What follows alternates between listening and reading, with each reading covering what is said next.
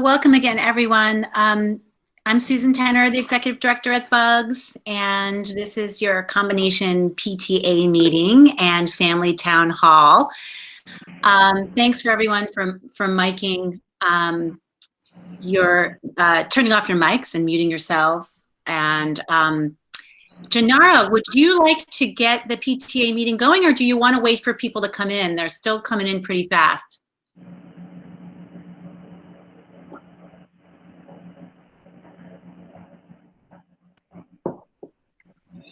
Janara, you're muted.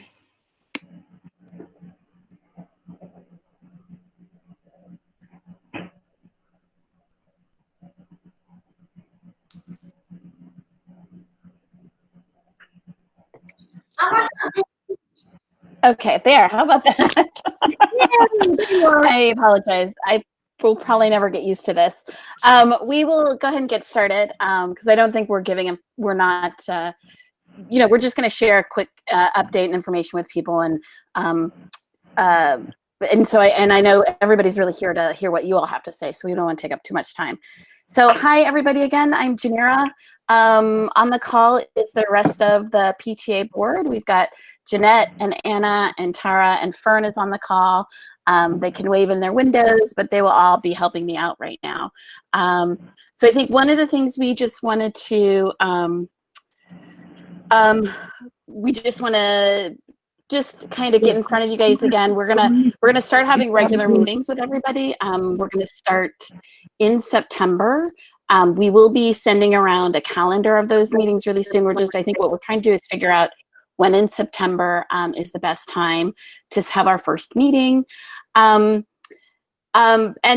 so keep an eye out for that. And then again, just wanted to reiterate that we are all here. The four of us are here for you in any capacity we can be. There's no idea too small. There's no idea too big right now. However we can help, please reach out to us.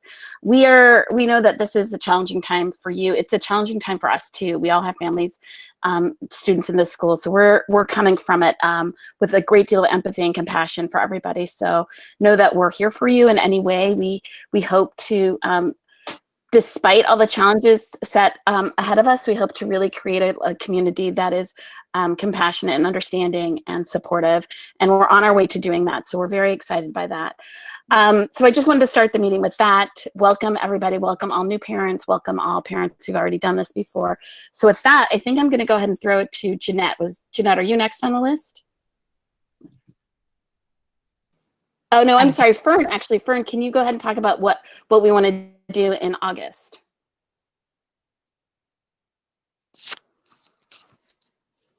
Fern?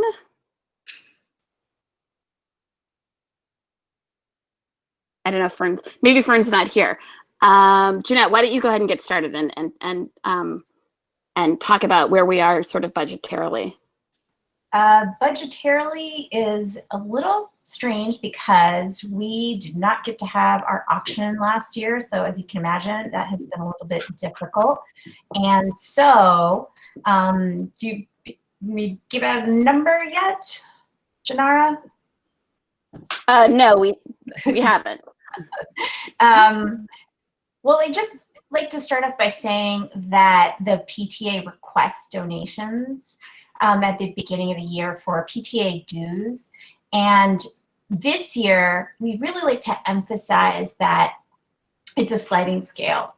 We know that this pandemic has really hit everyone, and we would love for people to donate the suggested amount, which is $25, but if also it's allowed in your budget, then think about maybe contributing on behalf of another Bugs family.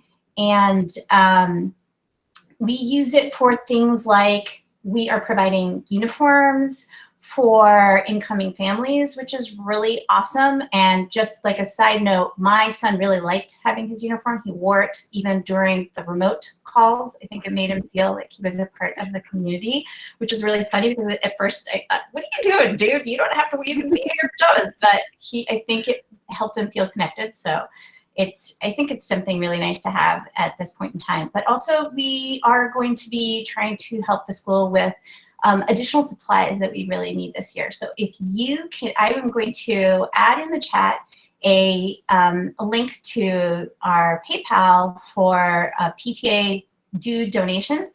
And if you can't donate a lot, we completely understand. But if you can donate a little bit more, that's awesome as well.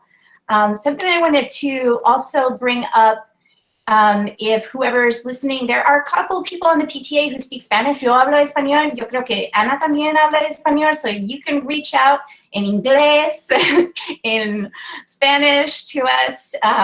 And we would be so happy to hear from you. And know what you're needing, what you are feeling right now. What would you like us to emphasize? And the suggested donation I see in the chat is $25. But more is always welcome. Yes. Yes. Yes. Yes. And come September, we will have a budget. We'll go over the operating budget with everybody, and we'll ask you all to vote on it. So we'll talk more about it. We don't want to spend a lot of time tonight talking about it, but just know that this will be a topic of conversation almost every time we meet as a PTA. So.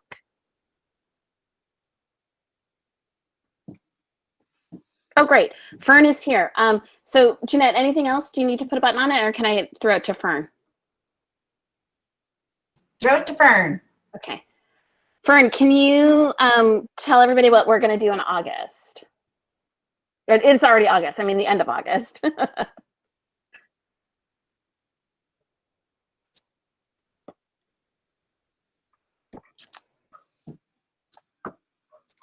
Okay. So we'll wait for Fern to get settled. How about Tara? Can you talk a little bit about what we discussed in terms of getting people's information to help them with potting if they choose to? Yes. So one of the things we talked about as a PTA, and that we had noticed with our own sixth graders, is that throughout the experience of remote learning, they became very hungry for their friends and community and getting together.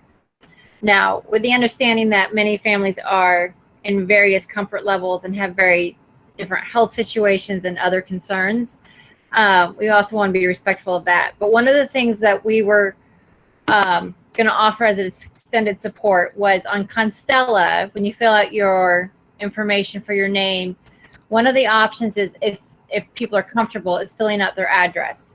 And we were going to take people who filled in the addresses and pin those on a map so that various families could see where their cohorts are located. And if they were interested, and if it worked for all the families involved, then they could see who was close to them to create their own kind of community pod. So just for extended, if kids wanted to get together. I mean, my son's been going to the park with his friends from Bugs and riding their bikes around the loop around Prospect Park with their masks on and having their community that way. So, but we just wanted to throw it out there as people were comfortable.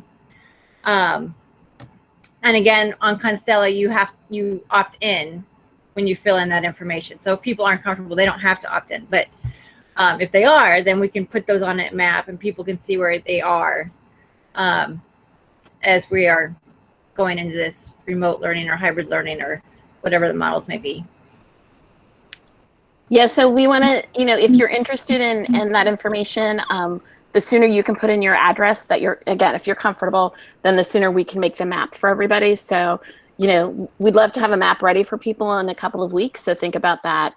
And just another plug, if you are not on Constella, please sign up. It's a great tool that we certainly use as a PTA. And it's a great way. Everybody's, even if you don't put your physical address on there, your email address can be in there. And that way, that's how I've connected with parents too, through Constella. So it's a great tool. So think about signing up if you have not done so already. And think about using it robustly if you can. Yes, and that information does stay only on Constella. It doesn't go anywhere else. It's only for Bugs information. So just to say that as well. Great. And then Anna, can you also share another thing we're hoping to send out to parents soon? Sure. Hi, everyone. My name's Anna. I have a rising 7th grader. I can't believe that already. Very excited about the new school year and super excited to see all these families on tonight.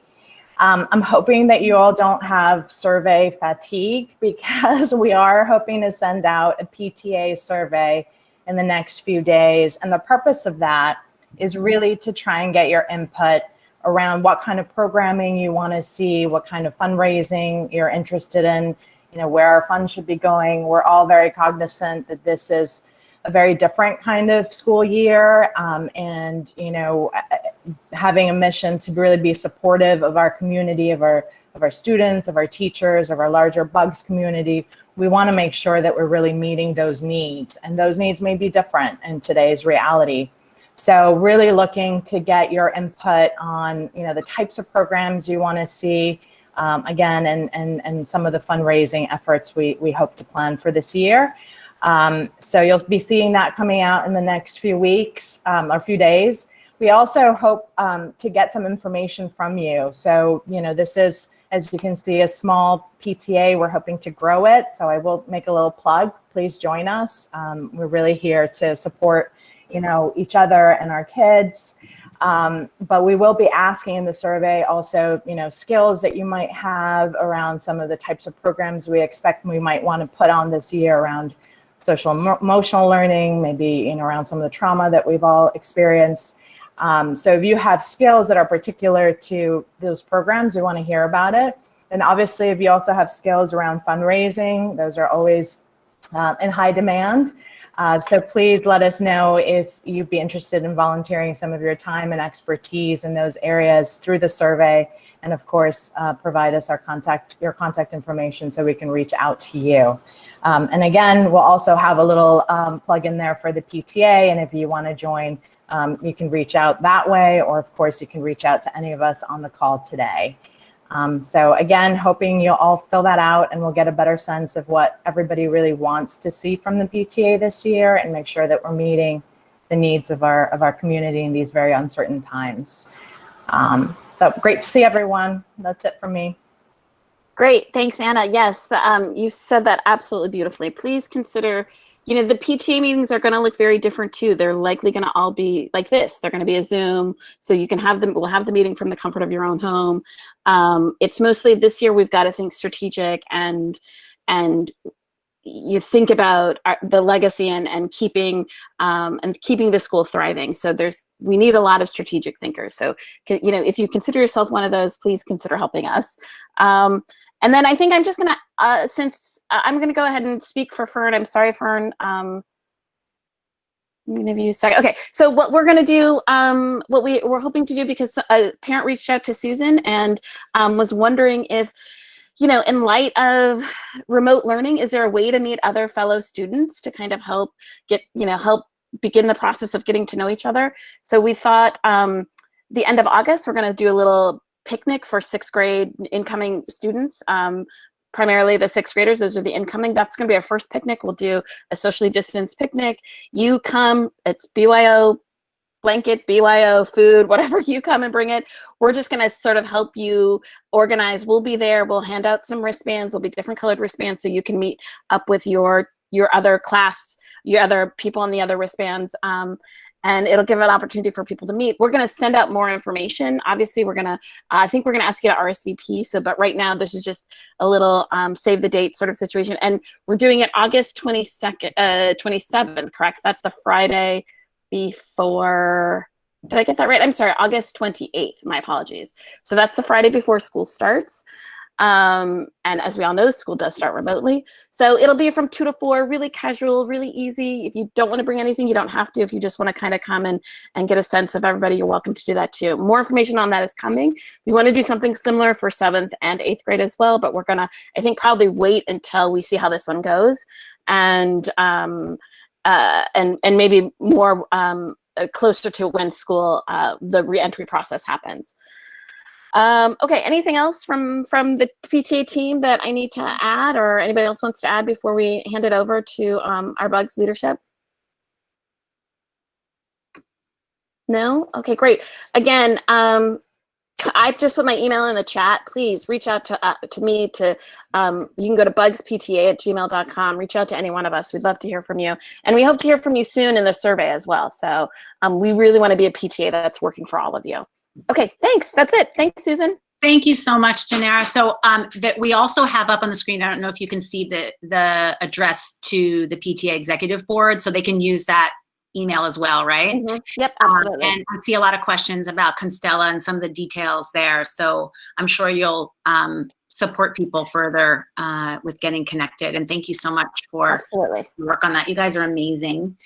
Before we proceed, though, I want to make sure that we're meeting the needs of our Spanish-speaking families as well, and particularly those who may be calling in.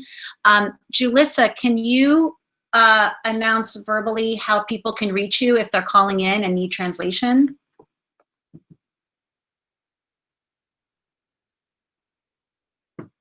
I wonder if she's left. I know she was hosting a group. Josh, would you mind unmuting yourself just to, in Spanish, tell people verbally how they could reach Julissa if they're calling in and need a Spanish translation? Sure. Si requiere traducción en español, solo llama a nuestro coordinador de padres, a Julissa, al número 347-684-2176. También le puede mandar un correo electrónico a julissa.cuello@bugsbrooklyn.org. Gracias. Thank you so much. All right, so we'll get started. We have a nice group here of 158 people, so welcome again. We know that this is such a tough time and a sustained challenge for so many, and it's going to be a hard year, but it's also going to be a year that we can overcome things together. We certainly have a history of that at Bugs, and I know that we will. We want to just acknowledge that this is all far from ideal, and the obstacles and decisions that every family are facing are really personal. We've been thinking about you guys a lot, and your surveys have also really helped us. I hope you don't have too much survey fatigue, as Anna said, because the PTA wants to hear from you too. But the first couple of surveys were just so helpful, and we had a lot of participation, and it helped us really understand what everyone is facing. And you know, we have so many of our families facing financial difficulties, health difficulties, mental health difficulties. You know, just the social emotional piece of this is so trying on many. But we're here for you, and we are designing a program that will really help your kids as well. And with your amazing PTA, I hope you feel that incredible support that you have and that you can be a part of. So let's move to the next slide, Josh. Great. So yeah, we've just been thinking about you. We always like to include some pictures of the kids and all of us together. It's kind of cathartic to see the blue walls in the background and the bugs green. So we've just been thinking about you so much, as I've said. We know that you're facing a lot, and this now after going through these many months and weeks, you're faced with this wrenching decision about whether to send your children to school during a pandemic, and we get that. That's what we've been working on all summer, and we're here tonight to help you the best we can. Go to the next slide. And so I have to say thank you to so many people. This has been a relentless summer of work, spring and summer of work. And Wynette Caesar, your fearless principal, and Lydia Bailey, your fearless director of operations, who you'll hear from tonight, have really led the charge and been so creative. Every day we feel like our brain's going to explode, and then we stitch it back together and move forward. So I just want to thank them so much. I want to thank also the Reentry Task Force, and we will continue our work together, but they've been a great touch point as a whole group, and then also separately with different members. This is a task force composed of parent volunteers and the Bugs board and various staff members, including teachers, administrators, and other staff members. It's been really helpful to have that touch point point. We also have other task forces going on at the staff level around our scheduling, which is a really big piece of this puzzle, and the orientations and other aspects, parent engagement, that are so necessary at this time. And then you guys in the PTA have been amazing, and will continue to be, I'm sure. This is just so unprecedented. And so, as you said, the role of the PTA will probably be unprecedented as well. And we really do want to thank the guidance that we have gotten from those. And I know that New York State Education Department has been working so relentlessly through the summer, and our community leaders and our amazing bug staff. So that's our shout out. I can't say it enough. So let's proceed to the agenda. I'll tell you what we're going to do. We're going to have start off with, sort of describing the return to school phases. We're going to describe our learning design, the health and safety components, family engagement and resources, and key dates. We're going to hear your questions. We do have a couple of people managing the chat. They will sort of gather the questions and themes and sort of pose them to us at the end. But you may have your question answered along the way. But feel free to put that in, put your questions in there along the way if you would like. We are providing all this information so but in general, but particularly because we know you're faced with this decision about whether you want to go remote only or whether you want to go hybrid, a combination of in-person, socially distanced, and off-site remote. So as you face this decision, we're here to try to help you with that. But this is an evolving, changing thing. We will be in constant communication on this, and we hope you reach out if you're not getting the information you need. So first, I'm going to kick us off with some framework here. Wynette's going to cover some of the academics, Lydia and facility, and our other staff will chime in as well. I want you guys to know that actually our reopening plan is on our Return to School webpage, and a lot of the details we'll cover tonight are in there in a more detailed way. But the Return to School page will continually be updated, and that reopening plan has the details you'll need and will be occasionally updated as guidance and other things evolve. But that's our guide, and it's all there for you. Our opening priorities are first and foremost, it's really about health and safety. We will not have launch our hybrid program until I'm confident that we can enter the facility safely, and that the facility is prepared, and that our policies and procedures are in place, and the training is in place to do that safely. The other thing that's guiding everything around the remote only and the hybrid options are flexibility. So we need to be able to toggle back and forth, and we need to be able to shift staffing as needed between co-teachers. And so we really want to, we really have that as a driving force in our design. Engaging learning is, of course, what we're here for. We really want our kids engaged in learning that is meaningful to them, that is addressing some of the traumas and social upheavals that they've had and the questions that they have, but also this opportunity for to be part of the solution, and to also be learning and sort of be as normal as they can in learning. The social emotional learning is a really big piece of what we'll be doing this year. A lot of trauma-informed work. It will be going into all the lessons, and then sustainability always drives how and what we do. So our lessons will have a lot of sustainability themes in them, as they always do, and some field study that you'll hear about. And then equity is definitely something that, as we all know, this pandemic has not hit people in equal proportion. And as a school, we're committed to closing the opportunity gaps and reaching our students and families where they are to engage them in the learning. So next, I'll go into the return to school design. If you could switch. Thank you, Josh. So our school design is informed by a lot of feedback from you guys, as we said, and surveys from families, from teachers, and from students. That has been really helpful. The reentry task force I mentioned, and these other task forces. We've done a lot of research and writing. Some of you have sent a lot of articles or information. We appreciate that. And it has been a nonstop summer of webinars. Everyone from Department of Health to the New York City Charter Schools Association and then the state ed. It's just been a lot of researching on our part.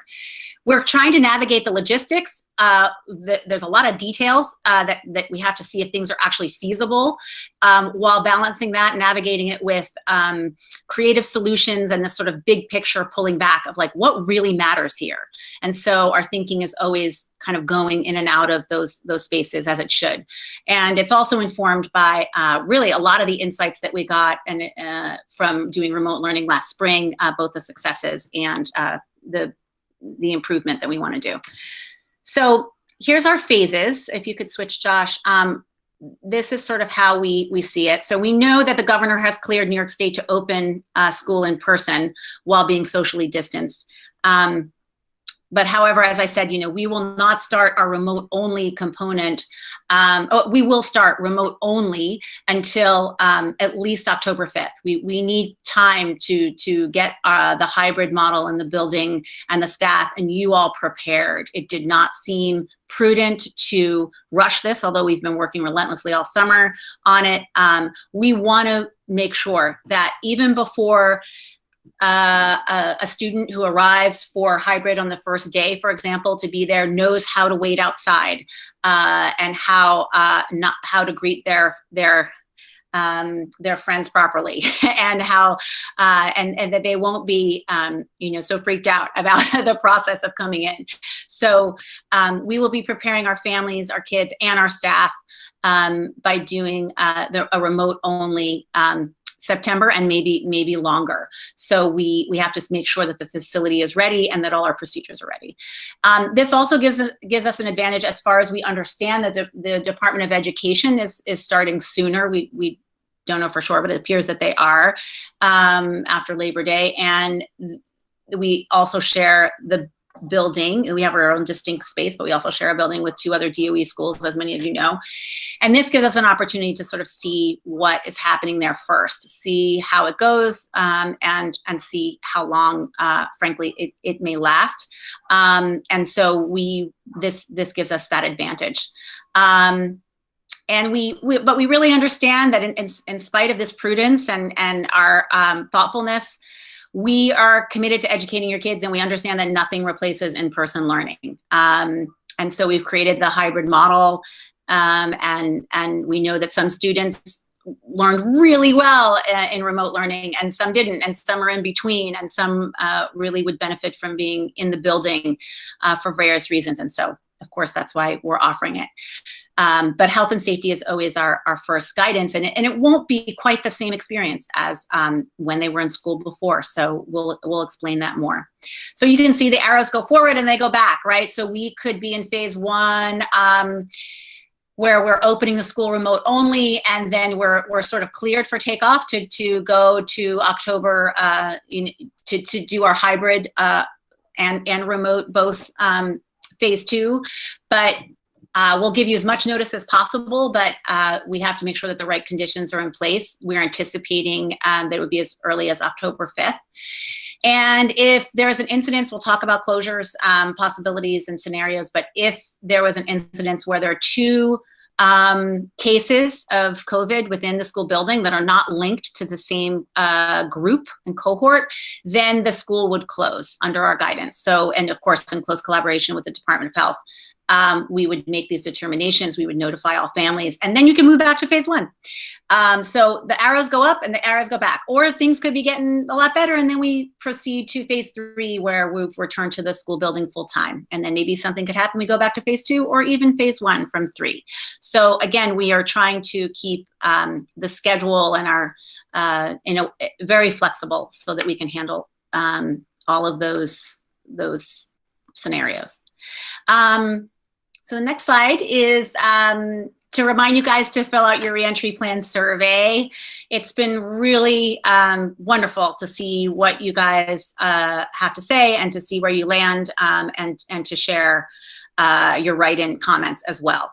The majority of people now, I think it was 175 of you as of today, I think, were opting for hybrid.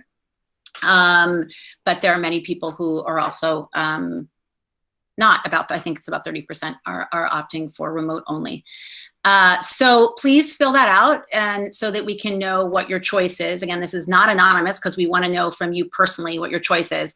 You may change your mind if you must. This is, we're really hanging our hats on planning this, but if you must change your mind, please do so by writing Julissa, and she's on the website, and you'll see the slide at the end, or your parent coordinator, julissa.coelho@bugsbrooklyn.org, by August 31st. And please put in the subject line hybrid/remote option change. We will be in touch with you about this as well, so that you don't, if you can't write this down fast enough. But we want you to be able to have, if this session or some other instance changes your mind, we want to give you that opportunity. So let her know by August 31st at the very latest if you are changing your mind. Again, you can choose, as you know from my communications, you can choose to go remote at any time, and we will tell you that when you're in hybrid, but you can't do it in reverse unless that's quarterly. So we'll talk more about that. And so we'll proceed, Josh, to our new opportunities. This is just, I have to say, in all of this, in classic Bugs fashion, you know, we remain also very optimistic about how there's also really new opportunities here to focus in on what matters most, to think about what do kids really need to learn in our lesson planning, what experiences as adolescents do they really need to have to support them socially, emotionally. What does it mean to really apply learning in a meaningful way in the sustainability context? And how do we leverage the outdoors as a sustainability focused school? And we'll talk more about that in detail. So there's a lot of opportunities here too that we're focusing on. So with that, I will kick us off to Wynette Caesar, who will talk more about how we're preparing our teachers and our academic program. Wynette, how's your internet doing? You all right? Yes, I actually, I'm just using my hotspot on my phone. For some reason, my internet at home decided today was the day to give up. Well, you're flowing good right now. Okay, great. Hello, everybody. Welcome. Thank you for showing up tonight and being patient with us as we walk you through this. I will do my best to give you as much pertinent information as possible. Alrighty, so next slide, please. So we are preparing to receive students, be it remotely or when we start the hybrid. However we go about it, we always prepare. We like to be sure that we are ready to welcome students to a very warm environment at Bugs, and we are doing everything within our power to make sure, even though we are starting remotely, that it is a warm welcome. It is carefully thought out and planned. So our teachers are coming back next week, all of them, for staff orientation. And during staff orientation, we will revisit what we did, what we think we did really, really well. And I hope our families who've been with us a while, if new families can talk to them, they can share their experience of what the spring and remote learning was like, but also what learning at Bugs was like before the pandemic. We work very hard to make sure that we are implementing best practices, and we do spend a lot of time during the summer. Our teachers come in pretty early in the summer to do staff development. So next week is our week of staff development. We are working on training our teachers to become more informed about trauma-informed instruction, of course, and how to reach students virtually who have disabilities. We really took our time to implement best practices, to research best practices for remote learning when we had to go virtual in the spring. And we hope to get better at it, because we do understand right now that remote learning will be playing a big part in what we do, even with a hybrid model. We are leveraging technology for increased engagement. We are looking at a variety of tools and resources to help us get better at that. And with the current just climate in the world these days, we are looking at how we can become better at anti-racism and culturally responsive teaching. So we have a lot planned for our staff orientation and our staff development, not just next week, but throughout the school year. And we are just really excited to get better. We are always excited to get better at what we do at Bugs, but particularly with the challenges that we face right now, we are really going to do our best to make sure that students are engaged, as Susan said, and that we are paying attention to equity and supporting every learner. Next slide, please. Oh, okay, so here's what our day, remote or hybrid, our days will be pretty much the same as Susan mentioned earlier. We have to plan a schedule that is flexible and easily adaptable to any situation that may come up. We've looked at all of the feedback we've gotten from families and surveys and our staff, and we tried to pick the best model that would work for us to be successful. The difference between now and the spring is that we have to plan for hybrid rather than just planning for switching to remote. So a lot of thought has gone into how to do this in the best way possible. School will be Monday through Friday, 8 a.m. to 4 p.m. I know it's a long day, and I'll tell you more about what that day will entail with a 45-minute lunch. Students will have the same class schedule for remote and hybrid because we feel that the routines are essential and just consistency is essential for learning. Students' attendance will be taken every day. When it is remote learning, we take attendance every period. During the hybrid, we will take attendance for kids who are on site every morning during advisories. Next slide, please. These are the subjects that we offer. Our core subjects traditionally, well, core subjects are reading, writing, math, science, social studies, and sustainability. We offer advisory as well. There's a quiet time aspect of our program that we do transcendental meditation. We are offering Spanish and we offer PE. Our enrichment classes this year are art, technology, gardening, glee, dance, and music. And that depends also on what grade not everyone gets everything. It's some of it is grade specific. And some of our extracurricular activities are lunch clubs, a variety of lunch clubs, and after school programming. So if I'm going too fast, I apologize. All right, so remote learning. Remote learning, like I said, we feel that we did a really great job at it.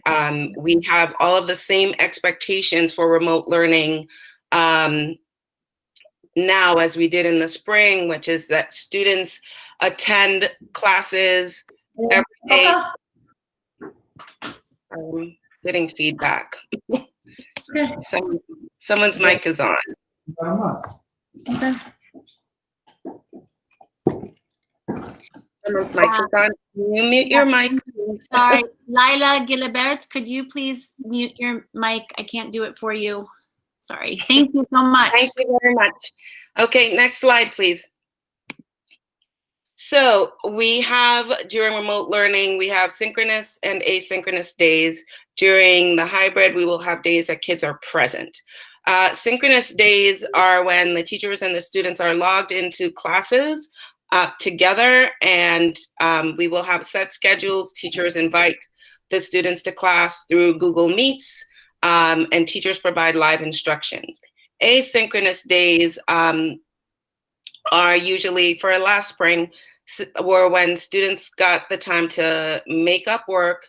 Teachers set up assignments in Google Classrooms, and students were self-directed in the work that they did. It wasn't following the set daily schedule. They could log on at any time.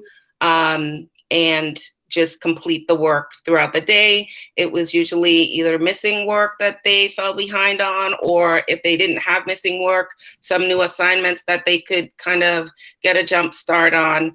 And that's what those days look like. For the fall, asynchronous days will also be when some of our enrichment classes happen. So it will be partly live instruction and partly self-guided learning, or completing any type of missing work and so on. And of course, when we start the hybrid, that's when we would say these are days when kids are present and in the building, and teachers are present and in the building for learning. Next slide.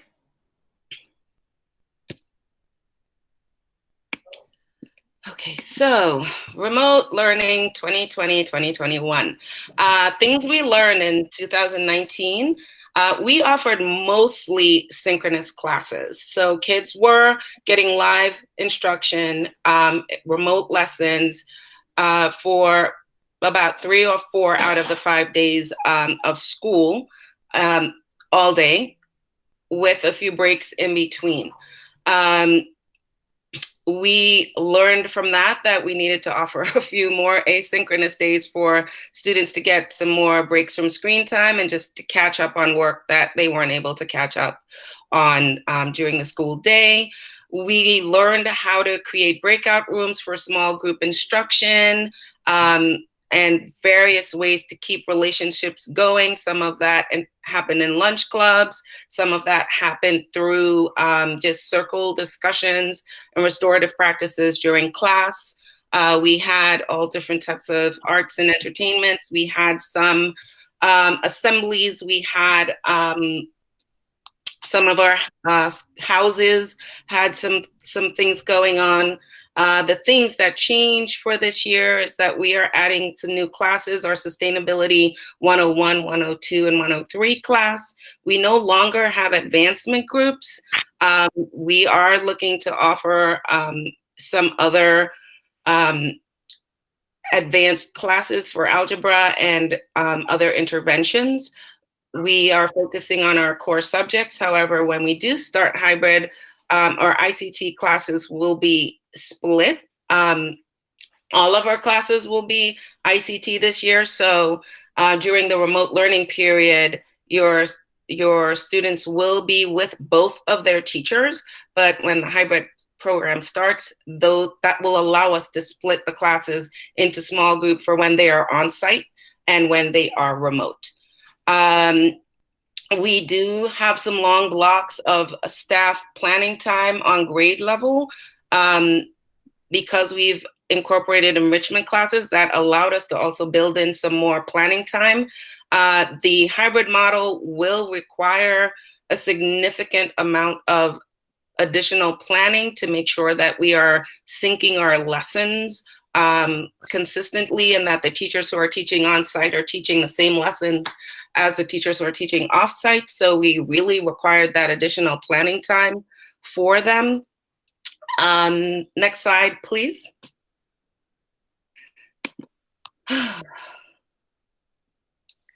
So we will be continuing live instruction for remote learning, mostly synchronous lessons. We are working to reduce screen time as much as possible by embedding days for field study that you will hear more about. We're also making sure that we have a lot more project-based learning, and we are preparing more for that. We are really thinking very strongly about how we are addressing social emotional learning in every class and using trauma-informed practices to support our students, whether we are remote or in hybrid. So we felt like we did a great job with remote learning, and we are looking to just keep getting better. All right. Next slide.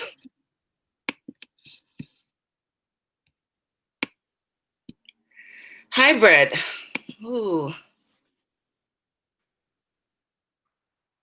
Did I jump ahead? I feel like I did. I'm trying to. Yeah, there's just a quick recap on remote learning about quiet time and virtual backpack coordination for workload. Thank you. I'm trying to toggle because it's hard for me to look at the screen. All right, so advisory is in the morning every day. It's a great opportunity for kids to come together in smaller groups because of the need to create this hybrid plan. We also have to do our groupings a little differently this year. So typically advisories happen and the kids stay with their groups from year to year. We have to do a little bit of changing up of that based on the fact that some people are choosing hybrid and some people are choosing remote only. We still hope to continue our advisory curriculum and programming though. Quiet time happens twice a day. One of those times is in advisory and one is the period after lunch. We are including the tech class to make sure we build the critical digital and technical skills that our students need for the current situation, but also just for life. We are ensuring, based on the way that our program is set up and the skills that we are developing and doing remote learning and just what our plans are for being in the building, to have time for students to collaborate, even if it's socially distanced. But we want to build in that time for them to work together. And there's a lot of teacher collaboration happening to make that happen. And part of that is the virtual backpack. Teachers meet on grade level to make sure that they are planning cohesively and effectively to not overload students throughout the school day with the work that they are getting, and to not overwhelm them, but to make sure that they are teaching what like targeted and focused instruction and the skills that are absolutely vital for them to learn. We are looking at, like I said, focusing on the core skills and knowledge needed in our learning plan this year. To make sure that whatever was not taught last year, that we were able to integrate it as much as we can and meet our kids where they are. Next slide, hybrid. So this was quite an interesting experience planning for hybrid, because we really had to consider quite a few variables. We are really relying on everyone completing the survey, so please complete the survey. But I'll go on to the next slide and tell you a little bit more about what hybrid is going to look like. So students will be in school in classes twice a week if that is the model that you chose, potentially October 5th, but TBD. There will be 3 days of remote learning along with the 2 days that students will be on site. So a student could be on site based on what the group that they're in, Tuesday, Thursday, or Wednesday, Friday.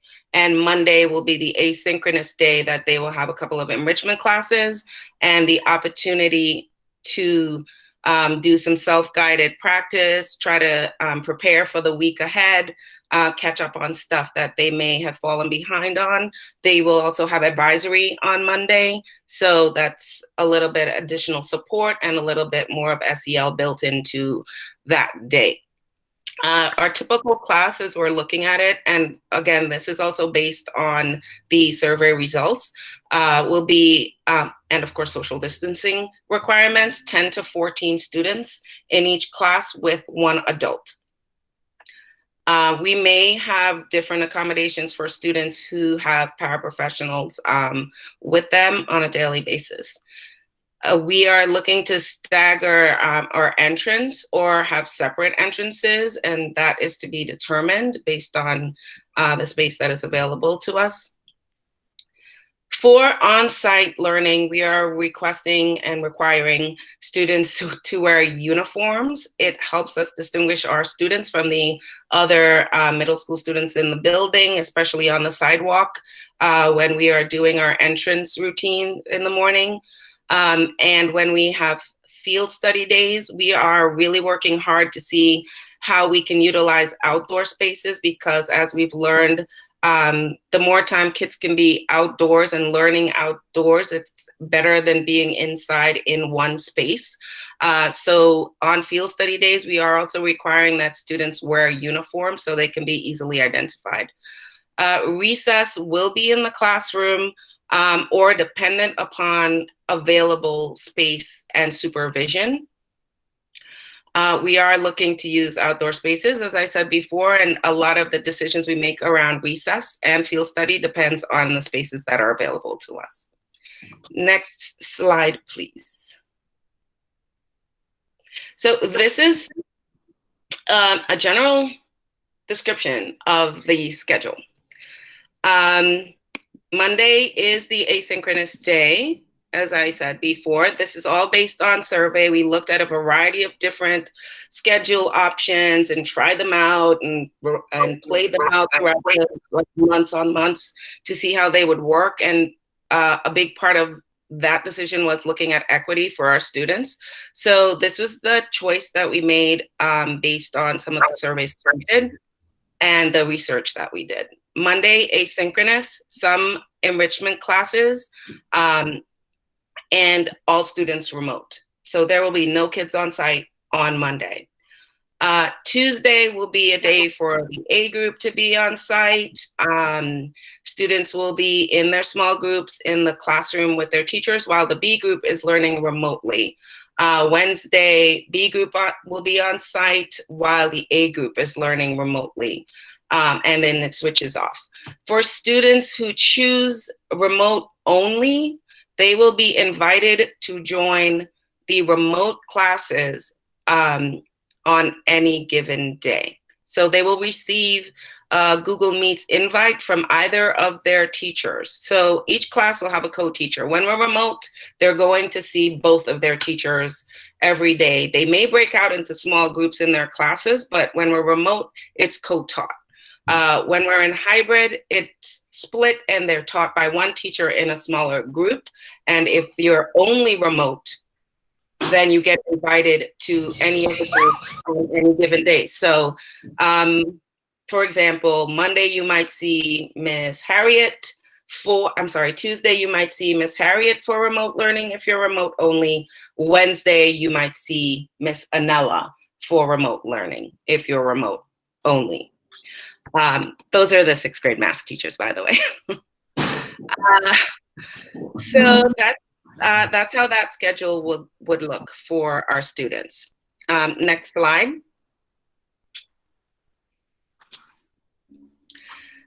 This is an example of what the schedules, and it's not necessary that reading will happen on first period. This is just a sample of what that daily schedule would look like for the A group and the B group. As you will see, we are offering some of our enrichment classes throughout the week, and it switches off by group by day. So we just wanted you to get a basic example of what this would look like and what it looks like on the Bell schedule as well for our students. So I just want to point out that offsite doesn't necessarily mean that our students are on the screen. A typical class could be that the teacher teaches a mini lesson and the students can log off, take a break, go to the bathroom, get some water, work on the independent practice offline, and then log back on. So there are times during the day that students do get a break. We do have our quiet time built in the morning and in the afternoon when kids are not actively doing anything, but if they've learned how to meditate, which most of our 7th and 8th graders have, they have the choice of meditating or just sitting quietly for 12 to 15 minutes until the period starts again and they go into the content. So we do have a very long day. We do recognize that, but we just want to point out that there are opportunities for students to work offline that could be within their enrichment, it could be within their sustainability class that they are doing projects, it could be in any class really that they're doing projects, their studio art that may require them to do a project offline. So please keep that in mind when you look at our very long day. We do have to work within certain parameters to provide the number of minutes that our kids are required to have for each subject area, but we try to be flexible with the way that we implement learning to make sure that we are not bombarding them with screen time. And within the schedule, if you look at Wednesday, for example, for the A group, you'll see that there is field study. As I said before, that may be a time when the teachers plan for a trip somewhere that will be very well planned and also include social distancing and not intermingling amongst groups. But it will be a time when students are off the screen doing something active or physical or hands-on. It may be that they're doing something virtual or that they're doing something at home as well, but we are building in these times to allow for breaks from screen time and more engagement in hands-on learning. I do have to point out, though, that if you pick remote only, we will not be able to accommodate participation in off-site field study with groups of students who have picked hybrid. That is for safety reasons, and that is really important that we follow those guidelines of not mixing groups of students in this way. So I just have to point that out so you know what the expectations are, but those are just us trying to make sure that we keep everyone safe. We will be looking at ways to develop plans for students to engage in the same type of learning as much as possible, because we do want everyone to have the benefits of all of these activities and all of these really great opportunities that we foresee happening within our school day. Next slide. And this is just an example of our bell schedule, what the day will look like, and from start to finish. Again, without all of the other little boxes. So I think now we're going to pass things off to Jess for a bit. Thank you so much, Lynette. Exploring some outdoor learning options, leaning into our mission as always, and looking at the opportunities we have in our neighborhood. And we've also been partnering with some of our parents. So thank you to those of you who've helped us with that as well. Jess, do you want to explain some things here? Yeah, absolutely. It's a great segue too. So I see some questions popping up in the chat about field study. And so there's really two parts of this program that we're exploring. One is that students who have chosen hybrid and are on site have the opportunity to do some of their learning outside, whether that is at Prospect Park or at Greenwood Cemetery or in our own gardens. What we want is a strategic plan to share that space safely, so that teachers have that opportunity to take the students out of the classroom, stretch a little bit, get some fresh air, and learn from our grounds. The other piece of our program is the built-in field study day. And like Lynette just spoke to, this could be remote or virtual, or it could be in person, outside, somewhere off our campus.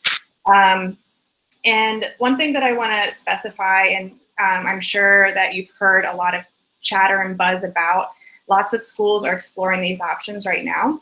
Bugs has an advantage. Bugs has been doing outdoor education since it began, so for almost a decade. We also have dedicated staff who have been coordinating field study missions for as many years and who are experts in their field.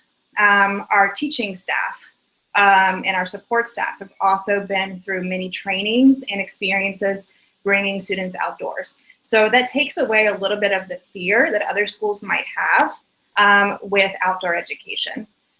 We understand the parameters, we understand what sort of behavior expectations we need to teach students before they go into the field. And we also have a lot of data and anecdotes and research about the benefits of outdoor learning, how safe it really is, how productive students are when they are outside, and how happy they are when they are outside. And so that's one huge reason why we want to continue that mission through the current crisis. So for field study days, there are some parameters. We are not taking students anywhere outside of a 1 mile radius of the school. And so that's primarily because we don't want to use public transportation. We don't want to put the burden on parents to send their students to a different site on a given day. We want to be able to utilize the same transportation system, the same schedule, but then have our programming take place somewhere like Prospect Park. And I can tell you now that some of the planning that's taking place for those field study days looks like different stations that students will walk to with a chaperone and then have an activity at that station. So they have the movement, they are able to talk to one another and socialize more than they would be in the classroom. They have the fresh air that they wouldn't have in the classroom. They have the experience in nature. So many of you may have heard of the nature deficiency disorder that has been prevalent before virtual learning. It can't be any better now. So we want to offer our students that opportunity to get outside. And the other benefit is that the BUGS curriculum already aligns to field study. So it isn't something that we're adding on. It's something that has been built in and we can now kind of cash in on to give our students yet another opportunity to socialize, to stretch, to get the fresh air. And if you have any questions, we're still in the planning process. We're still working with our community partners to make this a sustainable practice, to make sure that we're not burdening Prospect Park and that we get the necessary permits to do this work. But if you have any questions about our planning, or if you would like to help in any way, maybe you have a community connection, then please reach out to me. I will put my email in the chat. Thank you. Thank you so much, Jess. This is exciting. Unfortunately, it is the case, as we said before, we can't really see our way around that. We'll keep trying to think about it, but we can't see the way around having our remote students join in those field study days. We just can't supervise it, and there would be, it's not a safe introduction of other people into that group. So I just want to reiterate that is unfortunately one of the parts of your decision tree as you think about this. Okay, so what do we know and what do we don't know? Just to sort of recap some of the things here. We do know that children will be on site for 2 days for those of you that choose the hybrid option. What we don't know yet is your final school schedule, and this will be based on info from the staff and family surveys and the logistical needs of social distancing requirements and how the final numbers kind of come up. So some of you I see are asking about the schedule. So it's going to take some time after you submit it on August 15th to finalize that. That's also, we have some wiggle room during orientation, which we'll talk about later. We do know that students will receive core academic instruction while they're on site, but you don't necessarily know what your child's group or our classmates may be as they receive that instruction, what their group is going to be. We do know that we're making room in the schedule for field studies, but we don't know all the details, as we said, or the frequency of how that will really play out as the grade teams plan it. It will be a combination of, depending on inclement weather, sort of virtual field study and present field study. We don't know exactly how many different enrichment classes and what will be offered, but you saw the listing there, and we're working on that. We do know that we can use the BUGS gardens and the other outdoor spaces, but that is exclusively ours, but other outdoor spaces beyond our gardens and entrance, like the recess yard, and any other shared indoor space is to be determined and shared with the other schools. Our preference is to use the yard as much as possible. And so that's what we're trying to pursue the most. What we don't know is building-wide facilities preparations coordination between the diocese and DOE and Bugs is not, has not been finalized. So we are still looking into the details of the ventilation system and other pieces. We are working, as you'll hear later, we'll be able to open the windows, and we're coordinating with everyone about some of those details. And we will not enter the building for hybrid instruction until those pieces are in place.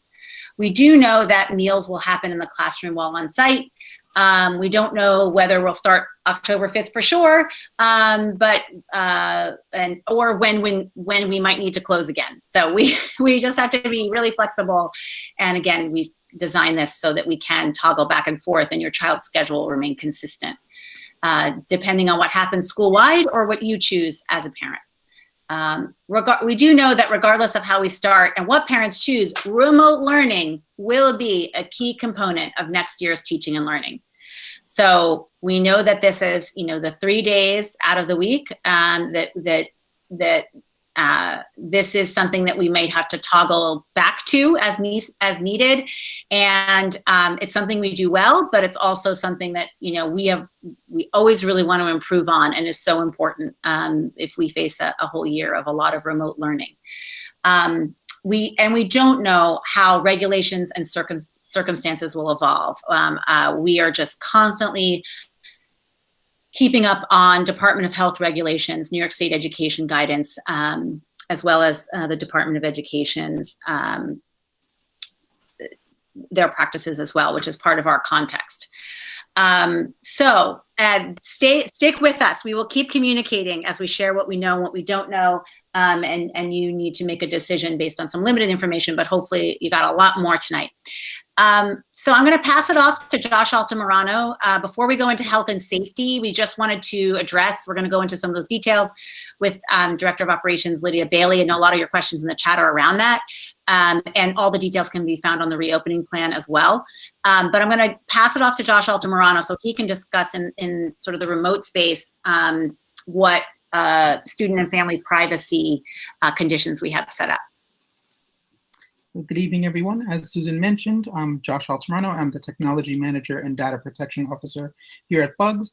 And what that means is I work really closely with our tech coordinator and fellow 7th grade social studies teacher, Ms. Georgia, to not only manage all of the student and staff tech inside the school, but also help troubleshoot as well as train our teachers on remote learning techniques and integrating tech into the classroom in a meaningful way. And we've been doing this for multiple years. And so this was what allowed us to seamlessly transition into the remote learning environment in the spring. And so we're also a part of the ongoing staff trainings that Winnet has talked about in relation to getting teachers prepared for the new school year. With the increase in online and remote learning and tools and tips and things that we're using in on the online space, student privacy is of utmost concern, and we take that very seriously. So we will be contacting and working with Jalissa Puello as the parent coordinator to work on family workshops and provide more details on how Bugs manages student privacy in the remote setting, but also in the physical setting as well. So part of some of the considerations that we have, we live within the G Suite for Education space. So for many of you, that's Google Classroom, Gmail, just a Google suite of products, which we have a lot of control over. All students at Bugs receive a Gmail account. Many of the students, as you know, have completed their summer assignments via Google Classroom with their new Bugs accounts. Important to note that we are always monitoring that and making sure that that is safe, and student accounts cannot communicate with people outside of the Bugs community. So it really is only a place for them to communicate with fellow classmates and teachers. When we are in the remote setting, all of our sessions, our classrooms are recorded and stored in our servers. Additionally, all of our calendars are posted in a way that staff members can see each other's calendar, hop in, and this allows supervisors to not only drop in to observe the classroom space, but to support teachers whenever needed.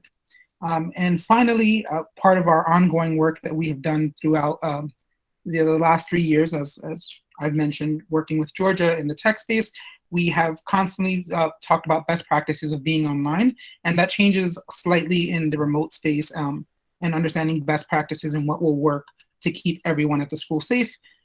And again, I will be working extensively with Jalissa and hopefully the PTA to provide tech workshops and information sessions on how to access all of the different apps that we use at Bugs, how people will be able to submit, but also the privacy component and how we ensure that student data and all of our students and staff are safe online. I will transition now to our Director of Operations, Lydia Bailey, to talk about health and safety concerns. Thank you, Josh. Good evening, everyone. I'm Lydia Bailey, Director of Operations. As Susan said, health and safety is our #1 priority. There are so many considerations, suggestions, thoughts, ideas, and terminations that go into decision making. And I've spent hours and hours on webinars with the Center for Disease Control, the Department of Health, the DOE, the Charter Center, of determining what the best practices are. This is probably a full day presentation combined into 2 slides. So I just want you to know that this is very abbreviated what I'm going to say, but also please be sure to review the website in great detail for more details on there, and knowing that the details are also will be changing and updating as we do get closer to being on site in the hybrid model. And it'll include instructions and trainings for you, for the staff, and for the students, for you to know the best practices and to continue to reinforce what we are encouraging and requiring for all of our community members being staff, students, and families to adhere to while on site. So in preparing for our school, we are going to use the next month and a half to do the following to make sure these key points are attended to. Again, we will continuously provide you the updates as we go and update on the website. And if you have any questions, you're more than welcome to reach out to me as well, or considerations or thoughts, or, I get articles all day of other schools, and I read articles, and we all read articles of other schools in other countries and states. So please let me know at any time. So the key factors that we are going to adhere to are ventilation and open windows. All of our windows do work in the classrooms, but we are making sure that they do open to a higher capacity. Cleaning and disinfection, there'll be cleaning and disinfecting protocols that not just our janitorial staff will adhere to on a consistent basis, whether that's on a daily or hourly basis with schedules posted, but also with our students and with our staff, making sure that they know what the protocols that they can do to keep themselves safe and protected and disinfected. We're going to stock the school with cleaning supplies and PPE. We're starting the school off with at least a 60-day supply. As we all know that there is a high demand for all of the cleaning supplies, and so we're doing what we can to continuously maintain that inventory and provide our staff and students with what is needed. We are requiring anyone entering the building and while in this building is wearing a face mask or face covering, but we will also have disposable and other cloth just in case one does get soiled or they lose it or something may happen to it. We want to be sure that we can ensure everyone's safe at all times. Again, like I said, we're providing trainings for staff, students, and families on a continuous basis during orientation and all the way up until we go on site. And we're going to post the signage in the hallways as well of directions of where to walk down the stairs, how to walk down the stairs, how to hand wash, how to disinfect, what to use properly, how to wash your face mask, how often to wash your face mask. We want to be sure that everyone knows and is following the same protocol to consistently provide a safe, clean environment for our facility.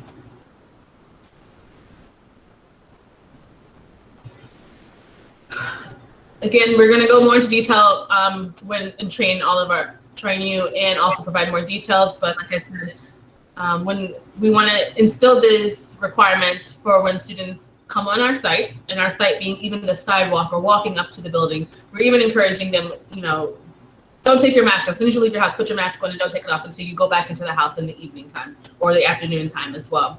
But into the building, they have to wear a face mask. Social distancing is going to be upheld at all times. We're going to have markers on the floor to show where 6 feet distances, how to walk through the hallways to maintain that distance. And in the classrooms too, there'll be markers in the classrooms that will arrange the desk accordingly. The arrival time, there's going to be a pre-entry checklist that we are requiring anyone that does enter that building to follow. Please go on our website and check the questionnaire on your website. Please familiarize yourself with the questions that we are either asking you to complete in advance, up to a day before the student does arrive, and staff will have to fill this out too. And then we will require you to submit the questionnaire via a Google form, or an app will let you know what the details are going to be. And when they arrive, we will be checking that the questionnaire has been completed. If not, we will conduct the questionnaire in a very confidential manner, and ensuring that all are safe when arriving into the building. And we may ask questions as, have you been in close contact with someone in the past 10 days who's tested positive for COVID-19, or do you have a temperature over 100? If you have answered yes to those questions, the student or staff member may be asked, will not be permitted to enter the building, or they'll be taken aside by the nurse for further evaluation and follow-up in a calling home. Some students may be asked to leave, and we will contact you to let you know, and you'll be expected to pick them up, or they will be leaving for the day. And also in school, as we said, masks are required, and there'll be continuously trainings and further evaluation and follow-ups for all community members.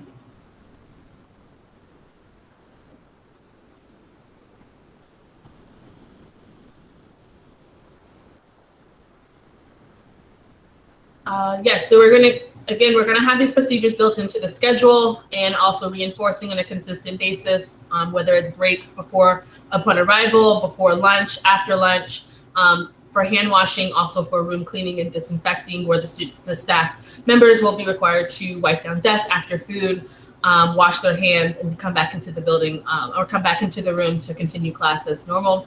As they said before, there's going to be no switching of classrooms. Students are going to stay in the same classroom all day, and the teachers will transition between different classes. The meals will be conducted in the classroom to ensure social distancing. You can bring your lunch from home. We encourage it, but we'll also provide school food. We'll also be providing a closed up bag lunch during this time.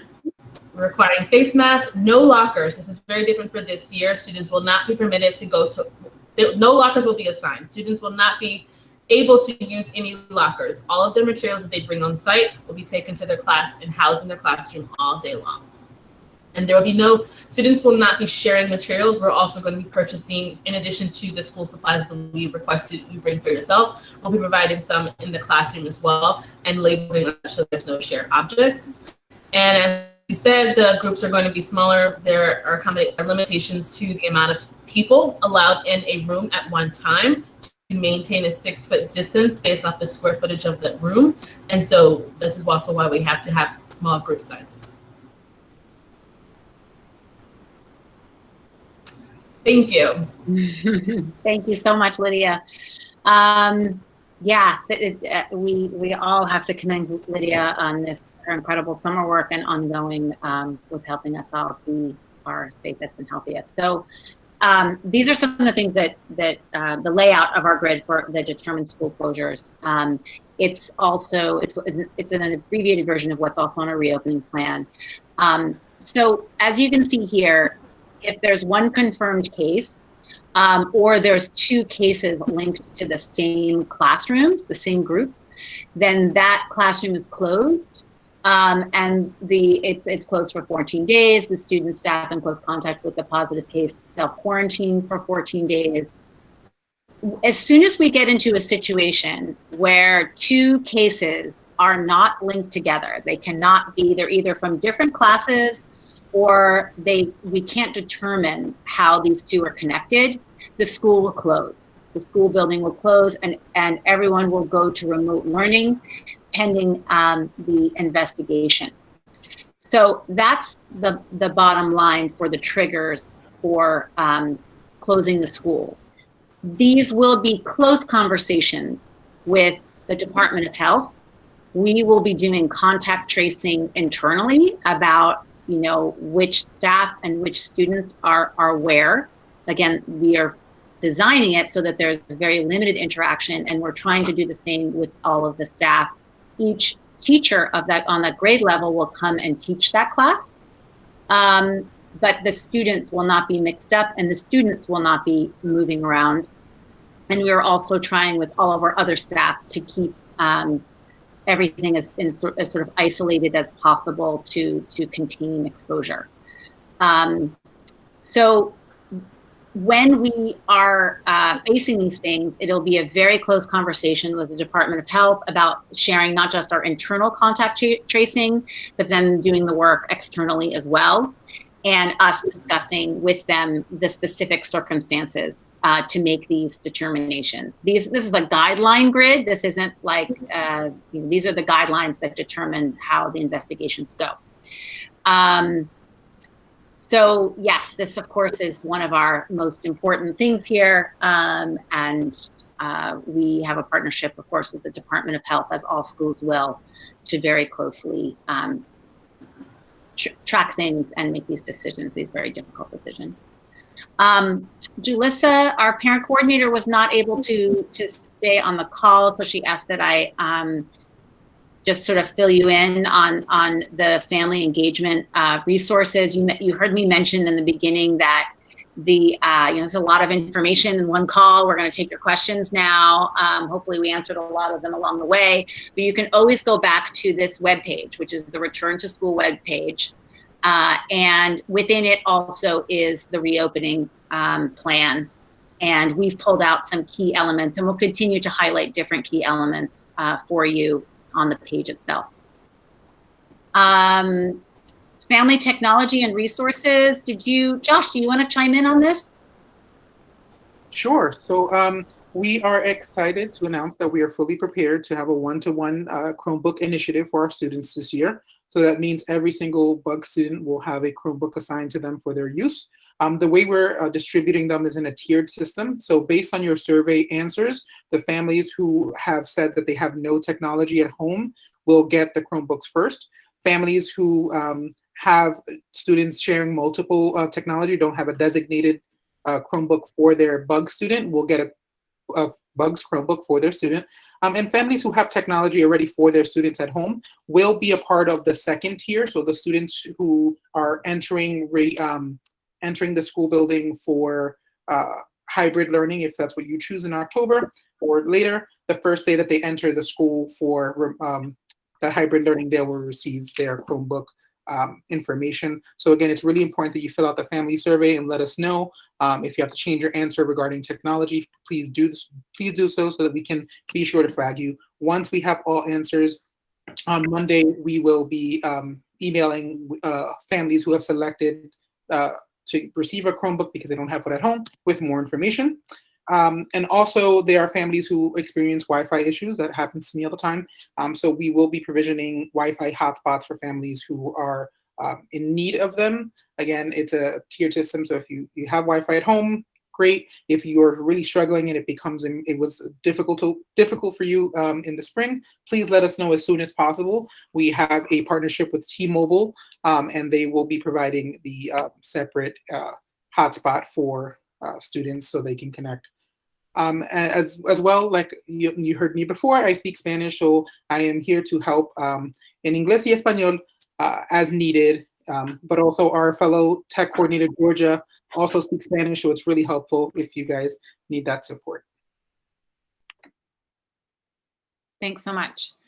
So as you heard from, you heard Josh kind of mention, and also Lydia, there's going to be a lot of different kinds of trainings.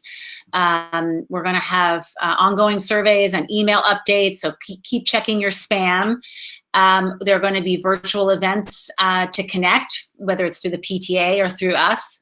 And as I was saying, there are going to be a lot of trainings on how to support remote learning coming soon for your kids and for you as well, because it's not just how your kids learn, but it's also how we communicate and how you can also see how they're doing. So that's really important. So here's Julissa's information. She's your awesome parent coordinator. Please write her if you have any questions. If she can't answer it, she will find someone who can. So she is your go-to person. We just wanted to briefly, before we take questions, describe the sort of next chapter that's coming up, which is student orientation. W, do you want to jump in and fill them in? Yeah, absolutely. Good evening, everyone. You've been hanging in there, so thank you for that. Mine will be short and sweet. My name is Mr. W, or Jared Wonneberger, and I'm the Director of Math here. And in conjunction with our Office of Student Affairs, which is our Dean team, we are really excited about our unique virtual orientation we are putting on this year. Next slide, please. In part of my other life, I am a camp director, so I'm bringing everything I know about camp and the playfulness of camp to this orientation. So orientation will take place over 5 days for 6th graders and new students, 4 days for our returning students. And they are literally going to be playing a game for a week before school is starting. And this game will allow them to learn all about what it takes to be a part of the Bugs community, everything from what are our rituals and procedures of working in a Google Classroom to what are our core tenets, the 3 Ps of sustainability, what does the CARES values mean. They're gonna learn all of this through a platform called Classcraft, which is a bit of a gamified way of presenting information. So we're super excited about this. We'll be sending families a save the date soon. Families, you will also get like a checklist on how to support your kid remotely during orientation, as well as we will have opportunities for families at orientation to get a sense of like, wait, what is Dreambox? What is Teacheries? What are all these things to help support you, support your kid working with us? So again, we're super excited about this. It's gonna be a big game week to get kids hyped up for the school year, and it'll be great. Throwing it back.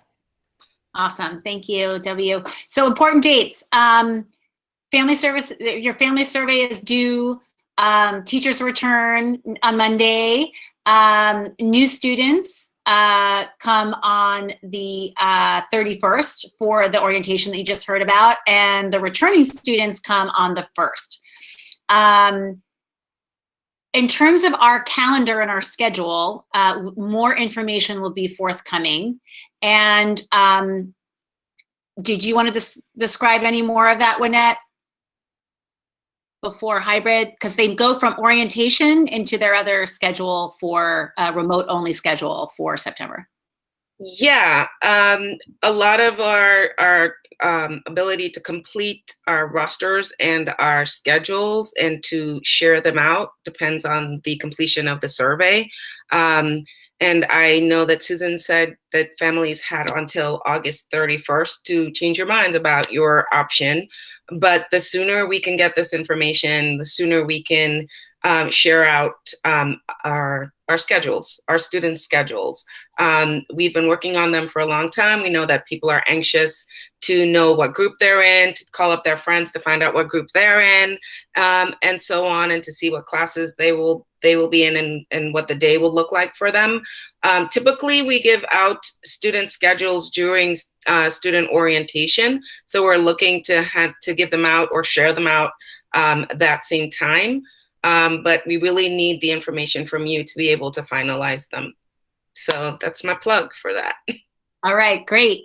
Okay, so we are, thank you so much. Thank you so much to all of you for hanging in here to the end.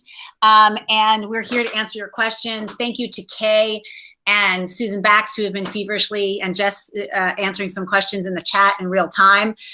Can you queue up for us any like sort of groups of questions that haven't been addressed?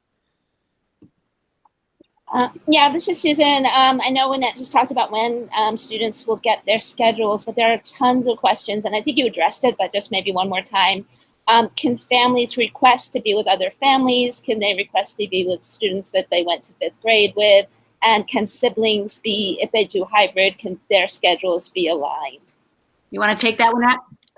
Absolutely. So we are taking all of those things into consideration. We've had some questions about that even before today. So we are definitely taking all of that into consideration as we also consider the diversity and demographics of our class and some other things that we do have to keep in mind when creating groups.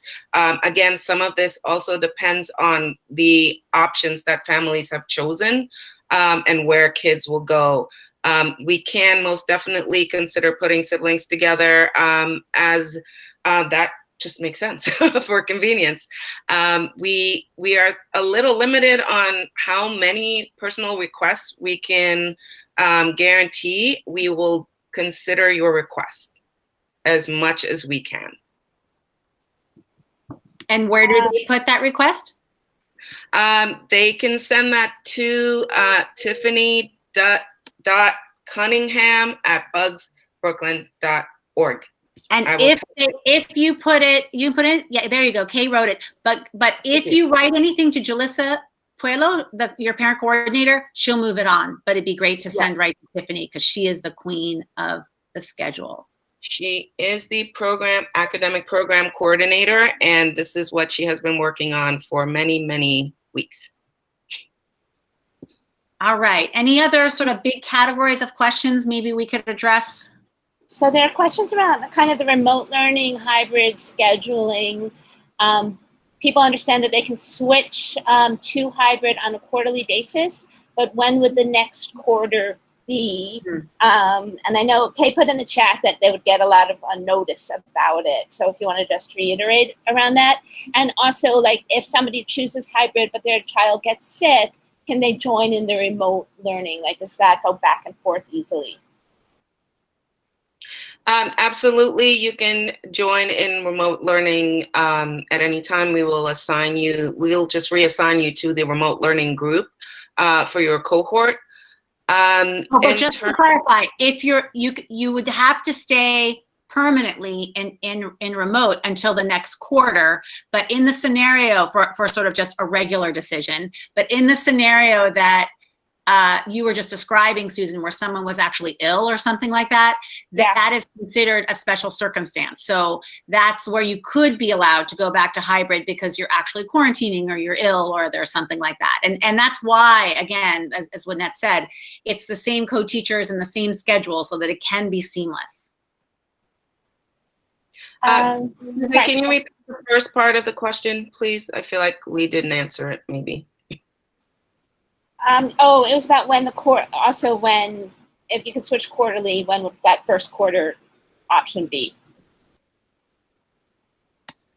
We discussed sometime around November, but we're still waiting to finalize our calendar, and part of that is waiting for the DOE calendar that hasn't been provided yet. So we're looking at sometime around Thanksgiving, but we will definitely, as Kay said, give you sufficient notice to do that.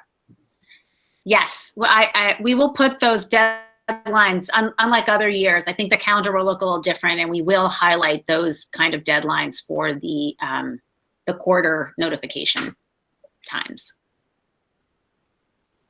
And I think there are a lot of excitement and questions about field trips. So there's a question about whether people could students could go on field trips before October 5th. Jess is working on planning and securing these spaces. So we don't have a specific timeline, but it's not out of the question. It's just a matter of what we can secure and plan for between now and the rest of September. Right, and keeping those cohort groups isolated. Yes. And supervised properly. There are lots and lots of questions about the long day. So I don't know if you guys want to take a moment or two just to talk about how that would work, and also confirm, there are some questions about how last year we used to dismiss at 2 days a week, and the change. And people are also asking about the 8 or 8:30 start. There's some confusion about when the day starts. Okay, I can talk about some of that, or maybe all of that. So the 8 o'clock start is for students who are coming on site because we have to stagger the entrance, and we have to serve breakfast. So typically students would come in, like the doors would open at 7:45, and then the first class wouldn't start till 8:15 because we are figuring out supervision and all of that, and kids cannot really sit in the cafeteria in the same way that they used to, or be in the schoolyard. They have to go directly to the classroom. So that is why we have an 8 o'clock start rather than an earlier start, to allow for arrival and for breakfast before the start of the school day for students who are on site. Students who are not on site will sign on for advisory at 8:30. And then do you want to address more about the long school day? I saw a lot of description and some chatting about that. We've always had that at Bugs. One thing that we've really done to, and the reason why we've always had that at Bugs is that we have less homework than most places, and this concentrates on the school time and those interactions. And we build into our school days time for project-based learning, time for the field study, time for quiet time, time for enrichments that can be cut out of other middle school programs. And we also have learned in the remote setting that keeping the schedule was really helpful, and that a lot of parents actually appreciated that it was a full day of engagement, but making sure that within that day, and within that lesson, there's not necessarily all screen time, right? So there'll be a launch to the school lesson. They may all convene. The teacher will address the kids.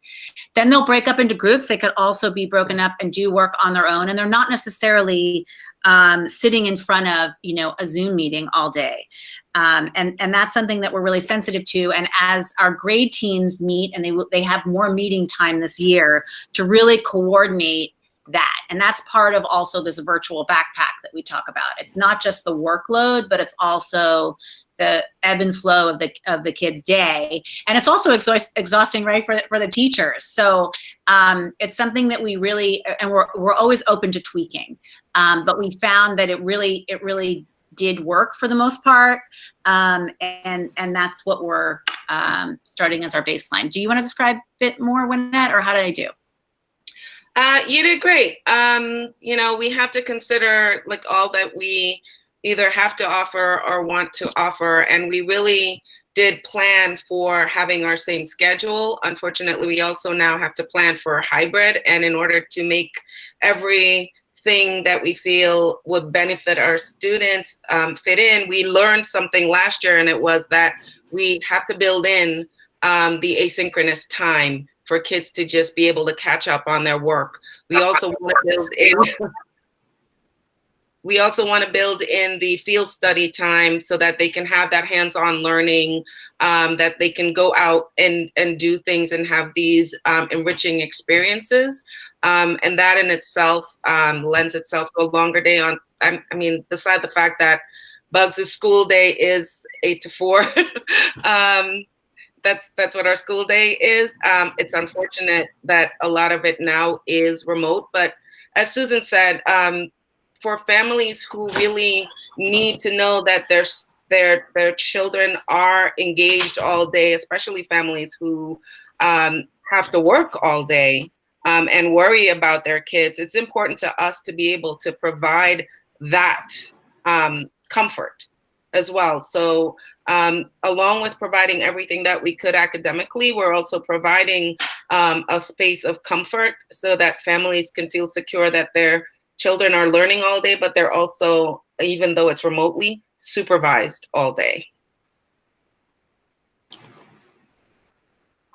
Great. There were a few questions about remote learning and using the camera. Is there a policy around keeping camera on, keeping camera off, and are lessons recorded? We take everyone's circumstance into consideration. Not everyone lives in an environment where they're comfortable turning on their cameras. So sometimes teachers may request that cameras be turned off, but students do have the choice of turning the cameras on if they feel comfortable enough doing so and comfortable enough sharing their space. We have students who come from very diverse communities and circumstances, and we do want to be able to support them. So it is not something that we mandate. It is something that we say is a choice. And will the lessons be recorded? Yes, all lessons will continue to be recorded. One important thing to know, and I saw someone ask the question about being sick and having to attend school. If your child is sick and needs to rest, please make sure that your child is resting. You may request the recordings from any of the teachers. They will send them to you, and your child can make up the work at another time, hopefully on the asynchronous day that they will have each week. But they do not have to feel compelled to attend school on a day that they are really, really sick and cannot. If they can, they feel well enough to sit in front of the computer, then that's great. But if they cannot, please request a recording of the lesson. All of the work will be posted on Google Classroom, so they can go on there to see what's posted, and they can watch the videos after and make up the work. So these are just a couple of nuts and bolts questions about the supply list. When will there be information about that? And when will information be available about after school? Supply lists will be mailed out tomorrow. And Susan, do you want to take the after school one? Sure. Yeah, we're working with our after-school provider, IACRL, and the DYCD funded grant that we have to provide a free after-school program for those that have the level of participation that's required. When that program becomes clearer, they will present to you, and we will let you guys know about that. Ms. Valencia Kiernan runs an amazing program, and they also shifted nicely to remote learning. Again, it's not quite the same kind of support for you as a working parent, but they did a really good job engaging the kids and really helping them be connected, and also the homework help component, as well as the leadership and arts and STEAM components of the program. They also won, some of our Bug students were finalists in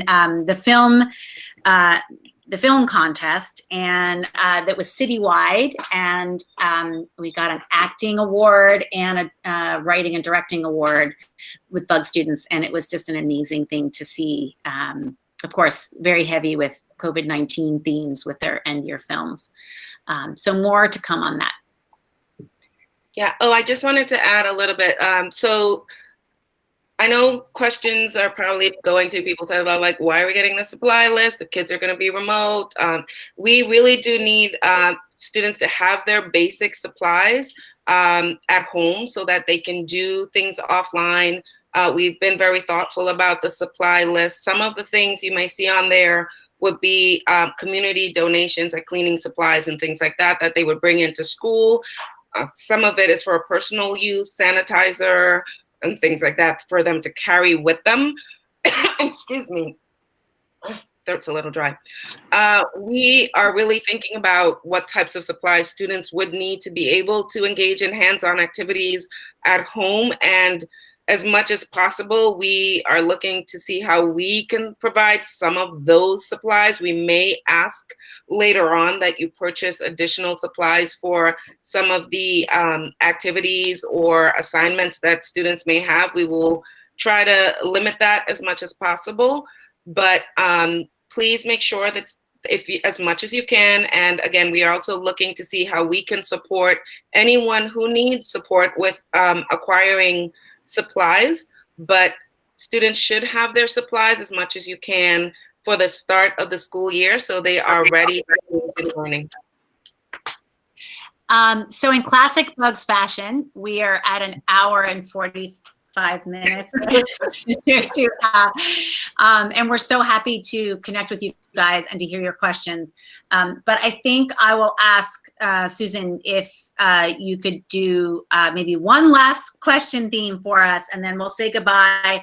Please, we are all looking, Kay and Susan are looking closely at these questions. We will address them through other means, certainly in Julissa Puelo's communications or otherwise. So if this is just the beginning, it's not really the end, but hopefully it was very helpful for you to make a decision, a more informed decision about whether you're going to go remote or hybrid for by your survey deadline this week. So one last pitch, Susan. Well, my question was going to be, where can they get see the slides and hear the recording? And where should they send, if you want to repeat again, where they should send any questions that weren't covered or they come up over the next few days? We will definitely we'll be posting this on that return to school page that you saw on our website. This will be posted there. And I think probably writing Julissa would be the best thing to do, right, Wynette, for follow-up questions? Yes. Yeah, and I think that's our, right, and there's also, it also says info@bugsbrooklyn.org. That's okay too, but Julissa Puello is your parent coordinator, and she should be able, you can't go wrong either way. But Julissa's, you know, your first line of action. So yeah, if you want to go on that last slide, that has the info for our website and the info address. And we want to thank you so much for joining us, everybody. We will continue to be in touch. Thanks for sticking it out. The final 100, 99. And we know this is a really tough decision, but we feel for you. We're here for you, and we're in it together. So be in touch and have a great night. Thank you. Thank you. Good night, everybody. Thank you. Thank you, everybody. Thanks, Bug staff. You were incredible as always.